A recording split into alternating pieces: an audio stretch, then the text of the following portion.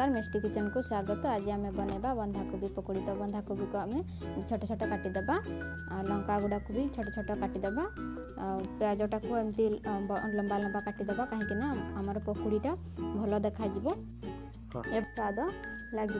एबे गोटे ये गोटे गिना बेसन नहीं सहित काटी कोबी को देदेली। एबे लंका ऐड कली, तापर आम प्याज ऐड करदेबा, ता सहित लुण भी टिके देदेबा। या आम भल भाव गोलई नबा, तापर धीरे धीरे पानी आम ऐड करवा जेमिति बेसन पकोड़ीटा भल स्मूथ आसीबो एवं टेस्टी लागिबो।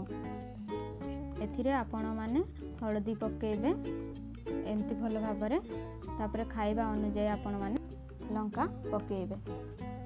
या आम भल भाव गोलई देबा। गोलई सारी या 5 मिनट छाड़देबा जेमिति कि आमर बेसनटा मिक्सिंग हेब आ पकोड़ीटा भी भल लागिबो। गोटे कड़ाई रे तेल गरम करेंगे। तेल गरम होइछि कि नहीं ता जानबा पई हाथ मारिकी देखिबे, जेमती तेलटा गरम हेले जना जिव। तेल आमर गरम हो आसिलानी। एबे आमे बेसैकी रखिथिबा बेसन को एबे आमे छोट छोट करी एई भई भाबरे छाड़िबा जेमिति कि तळे लागी न जीवो। जेतिकी स्पेस रहिबो से अनुसार आमे बेसन को छाड़िबा समय रे ध्यान रखिबे जे आपणक हाथ को जेमिति गरम तेल न पड़े सेथिपाई सावधानर सहित बेसन को पकेइबे। आपण माने देखुथिबे पकोड़ीर आमर कलर चेंज हो गलानी। तो एबे आमे याकू लौटे देबा जेमिति हम पकोड़ीटा भलरे सिझी जीवो।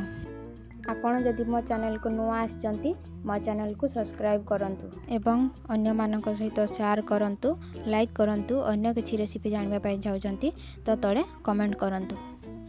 पकोड़ी को आउ टिके उल्टे देबा। एमती देखंतु आम पकोड़ीटा भल भाबरे हे गलानी। देखंतु केते भल कलर आसीची, केते सुंदर देखा जाउची। गोटे जगह को काढी देबा आ एबे गरम गरम खांतु। Thank you.